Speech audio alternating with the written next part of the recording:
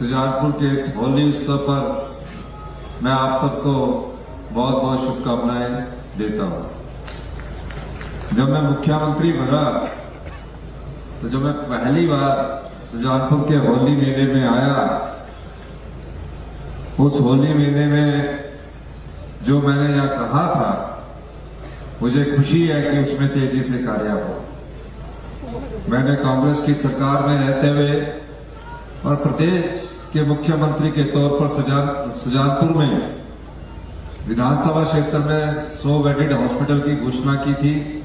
वो 100 bedded hospital की घोषणा पूरी हो चुकी है, उसका नोटिफिकेशन पूरा हो चुका है।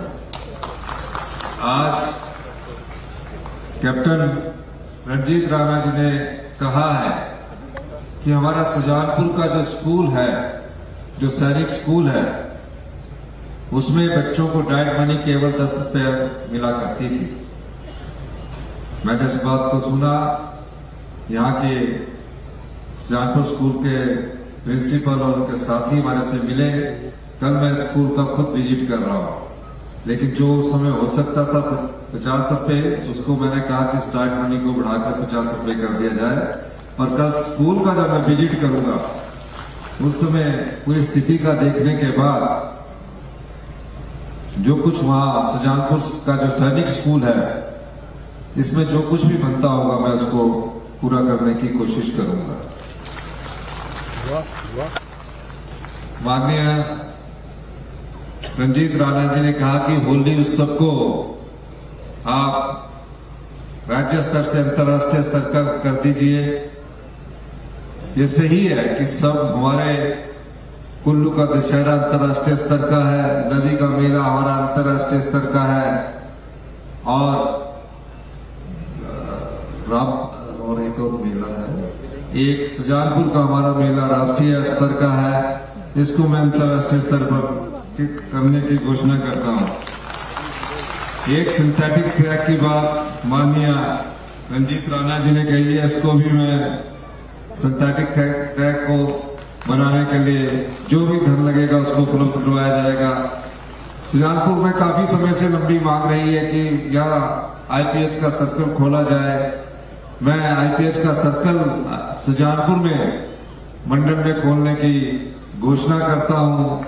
ईएसआई हॉस्पिटल का भी माननीय कैप्टन रणजीत राणा जी ने कहा है, तो मैं कैप्टन रणजीत राणा जी की मांग पर ईएसआई हॉस्पिटल के खोलने की भी मैं घोषणा करता हूँ।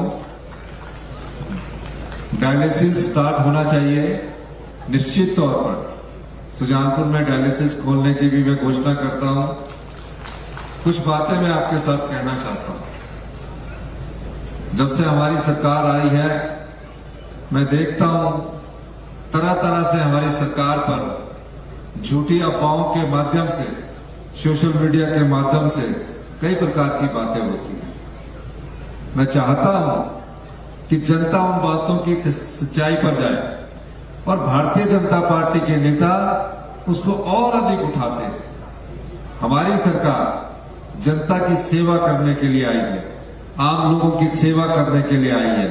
5 साल भारतीय जनता पार्टी की सरकार रही, किस तरह से लोकतंत्र को कमजोर करने की भारतीय जनता पार्टी की सरकार ने कोशिश की।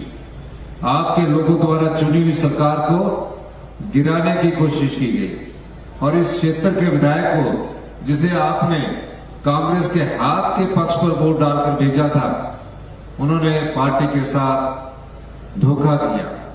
और आज जब सुजानपुर की जनता ने उन्हें लोकतंत्र की मजबूती के लिए सबक सिखाया, जिसके फलस्वरूप कैप्टन रणजीत राणा जी आज चुनकर यहां आपके सामने खड़े हैं। और मैं ये भी कहना चाहता हूं, आने वाले समय में सुजानपुर विधानसभा क्षेत्र में मैं और आऊंगा, क्योंकि अभी विधानसभा चली है और विधानसभा के बाद बजट भी होना है, क्योंकि अभी काफी काम हमने करना है। लेकिन सुजानपुर में जो मैंने आज Rajiv Gandhi day boarding school की नींव रखी है, वो ऐसा स्कूल सुजानपुर में होगा जो वर्ल्ड क्लास होगा, जिसमें सिर्फ गांव के स्कूल के बच्चे और पंचायत के बच्चे, गांव के परिवेश में रहने वाले बच्चों को हाई एंड एजुकेशन की सुविधा हम उपलब्ध करवाएंगे। और आने वाले 2 साल के भीतर 130 करनाल में, जिसमें कि 130 करनाल जगह 85 करनाल जगह स्कूल के नाम पर होगी है, बाकी की प्रक्रिया जारी है। हम उस 85 करनाल में क्रोट में Rajiv Gandhi day boarding school का निर्माण करेंगे और 2 वर्ष के भीतर वहां कक्षाओं को आरंभ कर दिया जाएगा।